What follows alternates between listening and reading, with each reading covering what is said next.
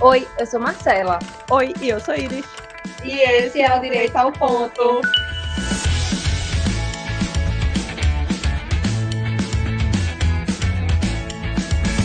Oi, gente, tudo bem? A gente tá aqui hoje para mais um episódio do Pode Direito ao Ponto, para trazer uma matéria que a gente ama falar. Estamos um pouco sinceras? Sim. Vamos entregar o nosso melhor também. Não estamos medicadas mais, mas enfim, vamos falar de honorários na advocacia, cobrança de honorários pelo advogado. É uma temática que é pouquíssimo discutida e muito floreada, né, por aí. E vamos entrar nas polêmicas. Então, né, gente? Eu já começo a polêmica como eu terminei outra vez, achando triste, né, realmente ter esse tabu na advocacia de que os honorários são no êxito. E pior ainda, tem gente que realmente acha que os honorários vão ser pagos pela outra parte. Tipo assim, ele vai contratar você, mas vamos lá, se a operadora de saúde, dando o exemplo da minha área, é quem vai me pagar. Tipo, não existe outro honorário além da sucumbência, entende? É muito triste. E assim, eu até entendo o cliente, assim.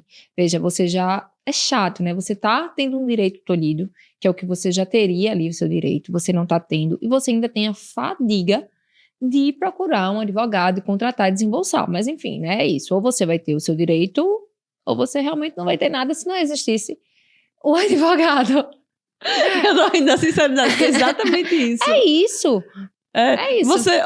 Basicamente, a pessoa que vai lhe assegurar o seu direito vai ter que ser paga para assegurar o seu direito. Então, a gente já começa falando que os honorários se compõem, sim, de honorários iniciais, honorários de êxito e honorários de sucumbência. A sucumbência é que é a questão mais emblemática, porque quanto vai ser arbitrado? Muitas vezes não sabem. Ele vai arbitrar por equidade, vai dizer que é R$1.000, vai dizer que é 500, vai dizer... Não sabe quanto é. Então, não dá para nenhum advogado contar só com a sucumbência para a sobrevivência. No mínimo, em algumas áreas, e é bem comum, por exemplo, previdenciário, trabalhista, a pessoa trabalha nos honorários de êxito, mas é êxito mais sucumbência, não é só sucumbência. Só sucumbência, não conheço ninguém que faça que não seja por caridade. Mas tem gente que acha que é assim que funciona. E realmente, entendo essa questão de que, enfim, precisa ser uma temática mais explorada, mais esclarecida, porque as pessoas realmente não sabem. Mas a gente já começa a esclarecer nesse ponto, né, gente? Que honorários de êxito, honorários contratuais, não se confundem com honorários de sucumbência. E aí, vamos para um outro tema. Isso, inclusive, Marcela, é bom colocar no contrato de honorários. Então já Sim. fica a dica. A gente coloca lá no contrato que não se confunde. Isso é texto de lei, é muito tranquilo, tá? Mas você esclarece o cliente e além de esclarecer, ou seja, quando ele olhar o contrato, quando ele lê, ele vai saber que ele vai ter que pagar os honorários contratuais e que eles não se confundem com a sucumbência. Eu tenho uma cláusula contratual que fala isso. Os honorários de êxito não se confundirão com a sucumbência e porventura pagos pela ré. A cláusula é exatamente assim. Porque aí fica claro para ele também que não se confunde. Não tem esse tipo de discussão no futuro, se for o caso. Eu confesso que eu passei pouquíssimas situações em que o cliente questionou de forma enfática. Alguns perguntaram, né? Não, mas não teve a sucumbência, e agora? Paga o quanto e tal? Algumas situações sim. Mas nunca teve caso do cliente dizer assim, não, de jeito nenhum, você já recebeu a sucumbência. Isso, graças a Deus, até agora nunca aconteceu. Comigo já pediu assim, qual é esse ponto que eu não entendi, né? Essa cláusula eu não entendi. Eu lá vou eu explicar. A previsão dos honorários, o que é um honorário de sucumbência, o que é um honorário contratual, enfim, ali eu esclareço. Mas, enfim, realmente, gente, tem que fazer essa cobrança para o seu escritório se sustentar, né? E, acima de tudo, pelo serviço que você entrega. Agora, lógico, né? Não vamos aqui botar um ticket altíssimo e entregar nada. Já fica uma outra dica para o advogado que está nos assistindo. Tenha também a responsabilidade com esse processo, com esse cliente e com os honorários que você cobra. E esse tópico de honorários é um impacto muito grande, sabe? Porque, além da questão da entrega, tem a questão da possibilidade. Então, esses dias a gente estava conversando, tá num grupo de fofoca que tem eu, Marcela e duas amigas, de um advogado que estava dizendo que cobrava 60 mil inicial em uma área de saúde suplementar. E a gente, meu Deus, 60 mil inicial, você encontra uma objeção do cliente fechar, independente de qual seja a tese. Então, vamos supor que o benefício econômico seja altíssimo, seja um medicamento de altíssimo custo, um tratamento, uma UTI aérea, enfim. tantas temáticas que são muito caras, mas você colocar honorários que o cliente não tem condição de pagar, você vai ter uma objeção. A objeção é ele não tem como pagar. E eu nunca quero, e acho que a gente pensa igual, e Marcelo, sobre isso, o cliente que ele tenha que fazer o máximo para me pagar, que seja um sacrifício para ele, isso não é bom nem para ele, nem para mim. Que aquilo seja tudo que ele tem e ele vai me dar. Eu não quero isso, eu não quero que meu cliente fique se sacrificando, eu quero que ele reconheça meu trabalho, eu cobre um valor justo, obviamente ele pague, isso é evidente, mas eu não quero que seja para ele o máximo dele, eu não quero esgotar a pessoa. Eu quero fazer um serviço bom no preço justo e que ele ache também que eu estou fazendo um bom serviço que valeu aquele valor. Isso, até porque a proposta que você vai passar não é para o cliente não lhe contratar, né? É para dar viabilidade a essa contratação. Lógico, não também tirando esses honorários e também não colocando os honorários irrisórios, né? Tem que, no mínimo, tirar os seus custos, que seria dessa ação, até porque uma ação, a gente sabe, ela se sustenta no tempo. E aí é um outro tema que muita gente fica perdido, que é essa questão da precificação, né, dos honorários. Ah, Marcela, como? Quanto é que eu vou cobrar? Qual é a média? Como é que eu faço? Temática, relevantíssima, né? Precificação é cálculo, né? Planilha de cálculo de despesa, mas sim, a ação tem que sustentar, você tem que saber, em média, quanto tempo você gasta com aquela ação.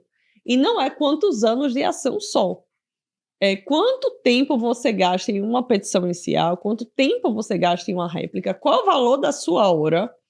E aí, quanto mais rápido você for, maior, em teoria, o seu lucro.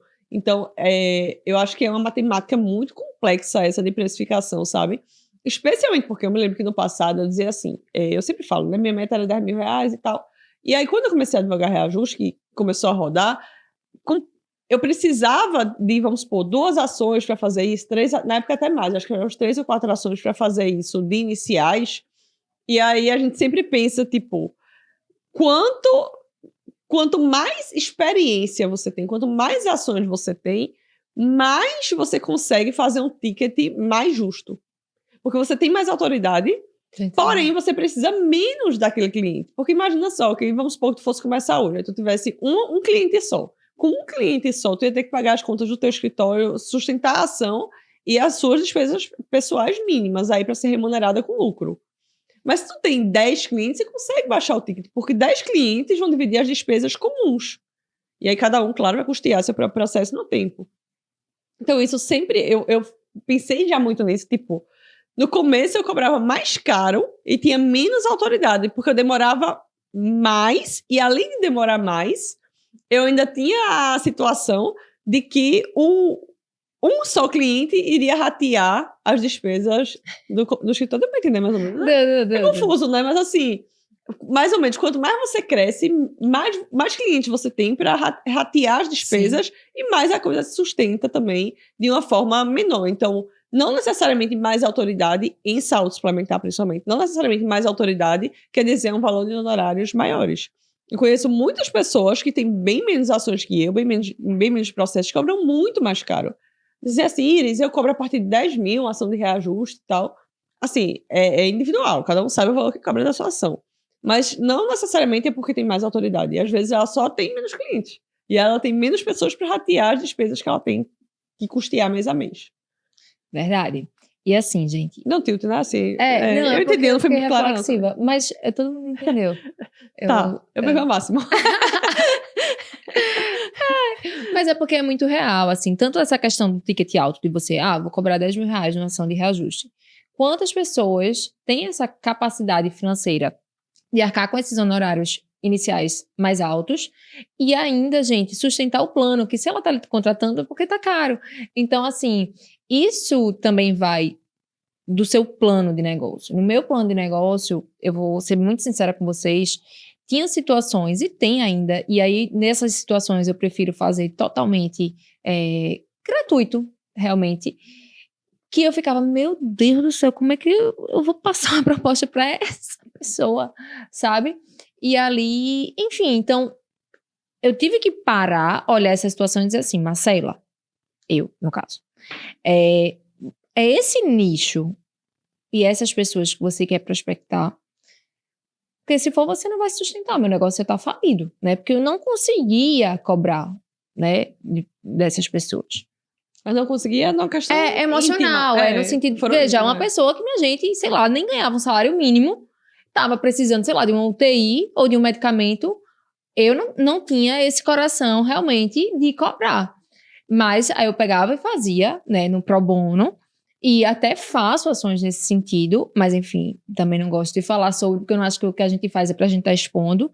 Mas se eu fosse prospectar essas teses, que é o que eu quero dizer, eu não ia nem ser feliz e nem conseguir o cliente. Eu não ia conseguir, né? Passar para a posta. Então, você também tem que entender o seu cenário para planejar o seu negócio, né? Fazer o seu plano de negócio, que além de comercial, estratégico, enfim, operacional, você também tem que fazer o financeiro. E, inicialmente, essa questão dos honorários, de saber precificar, como eles falou, pensando quanto vale sua hora, qual é o tempo que eu gasto nessa ação, quanto tempo, quantas vezes eu vou no fórum, enfim.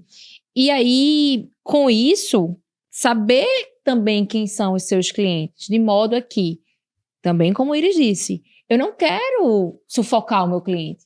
Então, eu sabendo também o perfil do meu cliente, para quem eu vou vender, eu vou saber o valor que pague os custos e as minhas horas, de modo que viabilize para ele, né? Então, que também não fique uma coisa insustentável. E lembrando, gente, que cada área tem a sua escala, digamos assim, de preços. A gente está falando aqui de valores, mas se você for para uma área criminal, é totalmente diferente, né? Então, a gente está tratando, obviamente, de como a gente aplica para a nossa advocacia, que é mais na área da saúde suplementar, mas se você tem uma outra área, essa reflexão também serve para você e você é que vai montar, né, tanto o seu plano de negócio como a sua questão em relação aos honorários. E eu lembrei agora, uma reflexão que eu faço muito em aula é o seguinte. Eles, vamos continuar trabalhando nesses 10 mil. Então, a pessoa fala, eu quero cobrar 10 mil de honorários iniciais. Tudo bem, você vai precificar. Você vai saber quanto é, quais custos você tem, se você tem sala fixa, trabalha com pessoal, tem estagiária, analisar todo o cenário de custos, fazer a média de valor que você vai cobrar na precificação. E você optou por cobrar 10 mil reais, tudo bem. Nesse exemplo aí que é exemplificativo. E aí, quantos clientes você fecharia por 10 mil reais? 10 mil reais, a gente tá falando aqui de um ticket de honorários iniciais altos para a área de saúde suplementar. Porque nos honorários finais de êxito, realmente são muito maiores. Mas inicial, 10 mil é uma média alta. Mas se você cobrar 10 mil e fechar 2 no mês, será que para você é vantagem?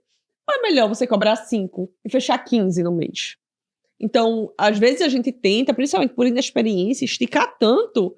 Não, mas essa área é difícil e eu tenho muitas despesas e tem que ter lucro e isso e aquilo. Você tenta esticar tanto os honorários iniciais que você acaba não só enforcando o seu cliente, como você acaba sem ter o fechamento. Então, você cobra 10 mil reais, mas fecha 1. Quando às vezes é muito mais vantajoso você cobrar 5 e fechar 15. Então, é uma matemática de honorários que, além da própria precificação ser complexa, né, porque engloba seus custos fixos, o lucro, o tempo do processo, o que você vai custear naquela ação, mas, além disso, o próprio princípio de você pensar na cobrança, em quantos clientes você quer ter, qual é o público-alvo que você está atingindo, em que meio você está inserido socialmente e qual o valor de pessoas, porque nem sempre a pessoa que está bem inserida socialmente, a gente sabe disso, nem sempre a pessoa quer pagar. Às vezes a pessoa fala, não, eu quero fazer só no êxito. E aí, enfim, são situações que são inviáveis. Mas nem sempre você vai conseguir esticar, independente de onde você esteja inserido financeiramente, você pode estar lá, convivendo com a classe A, nata da sociedade, e mesmo assim as pessoas se recusarem. Então, às vezes, vale mais a pena você enxugar mais, até muitas vezes a própria estrutura, né? Porque muitas pessoas começam com coisas megalomaníacas que nem fazem sentido. Enxugar a tua estrutura, fazer um custo mais baixo, cobrar mais baixo e fechar muito mais cliente do que esses 10 mil do exemplo. E entender, gente, que a objeção ela vai existir. E você vai ter que saber lidar com ela. Como você se comporta quando o cliente simplesmente diz, tem como ser no êxito? E aí você responde o quê? Entende? Então, assim, você também tem que saber se portar, né? Porque tem gente que fica gaiso, né? Tipo assim, e aí? Pode ser. Então, se eu pudesse dar algumas dicas, o que eu diria era, primeiro, para você estabelecer esse fluxo, já saber quanto de honorários você cobra para cada ação.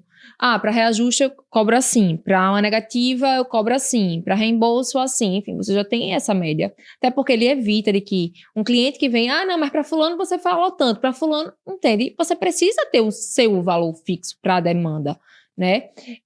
Essa questão de que você já passa a proposta. Ao passar a proposta, não tenho vergonha, não tenho medo, não tenho receio. É como eu disse, é triste ter que justificar que é simplesmente os seus honorários, que é o seu trabalho, a sua dedicação àquela demanda. Então, você não tem para que ter vergonha, receio. Você vai passar. Quando você vai numa loja, você não pergunta quanto é, vou pagar.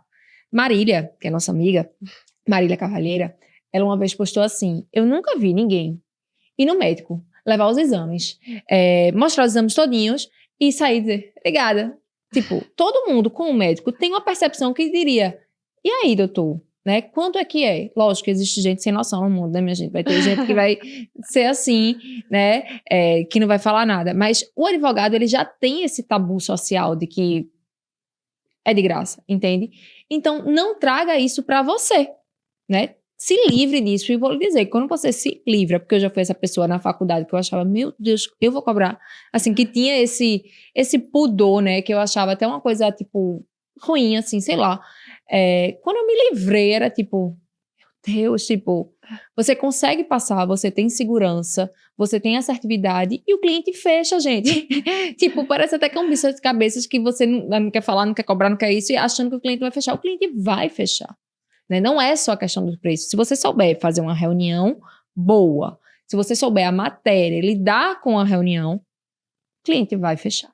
E fora, tu é muito boa nisso. E eu acho que isso é um tabu muito grande das pessoas, entendeu? Do dizer não. A gente é muito boa nisso, né? Eu considero que a gente é muito boa nisso. Dizer não é tipo assim, pode ser não. Não, eu não preciso justificar, entendeu? Não preciso dizer pra ele, não, porque não. Não. Tem como fazer metade agora e metade daqui a 2 anos quando o processo finalizar? Não. Pronto. Mas eu faço agora o Pix, não sei quanto, que é metade do valor. Tem como? Não. E pronto. Não é tipo, responde e justifique sua resposta, não. É só pra responder, entendeu? Isso, a gente lida com isso, a gente veio até conversando. Tem cliente que diz assim, a gente passa a proposta, né? Ele diz, mas se for tanto, doutora, fazendo o Pix agora. Veja, a razão não é essa. E eu respondo, gente, literalmente, se vocês quiserem saber, eu digo assim, não, infelizmente não dá. Os honorários são, de fato, inegociáveis. Essa é a proposta real. Eu estou te passando a proposta real. Eu não boto nenhum valor para depois te enrolar e te dizer, te dei um desconto. Ou que o senhor vai, sei lá, chorar, né, para abaixar. E aí eu vou dizer que eu abaixei, sendo que eu passei com uns honorários maiores. Não, então eu sou clara, sincera e transparente. E ali, muitas vezes, o cliente faz... Eu acho que é isso, né? Tipo, como se fosse, ela... né? É ela que realmente, assim, eu quero que toque com essa sinceridade, essa transparência e essa, não é autoridade a palavra, mas essa autoconfiança mesmo. Eu não tô dizendo de você ficar, às vezes quando fala que é autoconfiança, parece que a pessoa é tipo, ou soberba, ou que, né, se acha, mas não é isso, gente. É literalmente, quando você sabe que o valor que você entrega é tanto, você vai passar a cobrar tanto tranquilamente. Passar a proposta como se estivesse literalmente fazendo qualquer outra coisa normal na sua vida. E se o cliente tem objeção que vai ficar ali, enfim, falando para baixar, você simplesmente vai dizer, não dá. Infelizmente, os honorários são inegociáveis. E tudo que você faz com habitualidade se torna fácil, né? Então, acho que pra Marcela também ela já falou tanto não. E agora, tipo, só mais um não, entendeu? Literalmente, eu digo claramente, quando eu comecei, eu nem sonhava que alguém ia me pagar, sei lá, 6 mil, 5 mil, 7 mil do ticket inicial. Eu ficava, não vai. Tipo, e não era por falta de confiança em mim, não, entendeu? Porque eu sei, gente, se tem uma pessoa mais consciente que eu realmente acho que são meus pais, que eu sou uma pessoa dedicada, estudiosa, responsável, eu acho que desde que eu nasci. Então, não era por não achar que eu não tinha expertise ou a técnica, era justamente por vir desses tabus que na faculdade eu acreditava em relação à advocacia, que era no isso, que era isso, enfim. E aí a gente vai fazendo reunião, vai entendendo, vai se colocando nesse lugar de que nada mais justo comigo. E veja, se você não faz o justo com você, o que é que esse cliente, ou o que é que o mundo vai fazer com você? Então, acho que quando você se coloca nesse lugar que eu me respeito, isso vale para várias áreas da vida, né? Esse aqui é o meu trabalho, eu cobro isso e eu respeito isso. O outro não vai vir desrespeitar. Então, acho que quando eu entendi isso e comecei a ser assim, logicamente, sabendo fazer uma reunião, entendendo a matéria, porque eu não estava ali conversando água enquanto o cliente estava querendo saber do assunto, né? Que tem muito disso. Você às vezes vai para o escritório e é o café não sei da onde, o chocolate não sei de quê, a pessoa montada não sei, gente, sei não. Mas enfim. São vários devaneios. Enfim. E a conversa é só sorrir. É sorrir, é oferecer o café. E o assunto, tu entende? Qual foi a segurança que além de café, chocolate, bolsa de marca, cinto de marca, tu passasse para o teu cliente? Essa não é a verdadeira segurança. Então, quando você faz uma reunião bem feita, né, sabendo, e a bem feita não quer dizer essas coisas que eu enumerei, mas sabendo a matéria, tendo a prática, passando uma autoridade, né, estando disponível, tendo uma escuta ativa, que hoje muita gente, infelizmente, não sabe escutar o outro, você consegue passar essa proposta tranquilamente e essa objeção ela vem bem menor. E se realmente o seu cliente ele não consegue ali arcar de uma vez, né, esses honorários, tem a opção de parcelamento, que não pode, lógico, ser um crediário, né? Assim, você não vai passar 5 anos, mas enfim, você dá uma opção e você diz, facilita, né, para o senhor essa questão, é o que eu posso fazer para facilitar a sua vida. Mas é isso. Quanto mais autoridade você tem, menos você precisa de coisas para provar que tem autoridade, sabe? Essa é uma premissa básica. E uma coisa que tu estava falando que eu pensei muito, e eu sempre penso isso, é toda vez que o cliente ele pede para baixar o valor, eu não baixo. Porque o cliente que realmente confiou em mim no começo, que viu autoridade, que viu segurança, que quis me contratar naquele primeiro momento, ele não pechinchou. Eu não precisei dar desconto para ele fechar comigo. Então, por que a pessoa que mais confiou em mim iria pagar mais caro do que aquele que está na dúvida se quer me contratar? Não faz o menor sentido. E aí, já encaminhando para o final, eu acho que essa seria uma reflexão para vocês fazerem toda vez que alguém pichinchar, querer fazer uma coisa mais barato, que você cobre menos, você pensar, poxa, quem realmente confia em mim pagou os honorários que eu propus. Porque a pessoa que agora não está confiando, eu vou dar uma condição melhor do que para aqueles que já me contrataram. É isso, gente.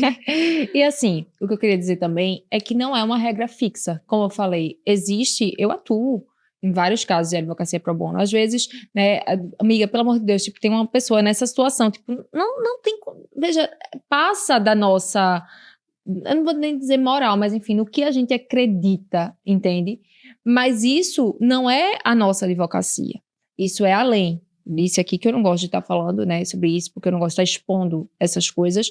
Mas o que eu quero lhe dizer é que você não vai ser também menor ou que você nunca possa fazer uma ação gratuita, entende? Mas entenda em que situações você vai conseguir fazer e quando também você vai ter que flexibilizar esses honorários, que às vezes realmente acontece, né? Claro. Às vezes até você entende que o direito do cliente é um direito muito bom, que vai ter um retorno muito rápido, você vê que ele realmente não tem condições ali de arcar e você flexibiliza, mas essa não é a regra. E importante, gente, de explicar a ele que ele está tendo essa flexibilização para que ele também não venha indicar outra pessoa e que essa pessoa chegue e diga, mas a senhora fez isso para ele, entende? Porque fica até dúbio, né? Então, também eu já ficaria tipo assim, meu Deus, eu vou contratar uma pessoa que está mentindo, né? Que fez para enfim.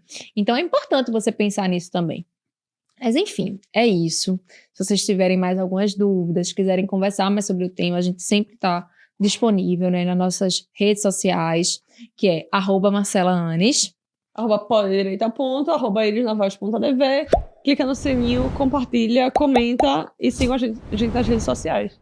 É isso, e a gente também não pode falar tanto, eu acho que a gente já falou muito, porque também tem várias limitações da OAB, mas é isso, a gente está disponível para conversar sobre esse tema. No café. Tchau.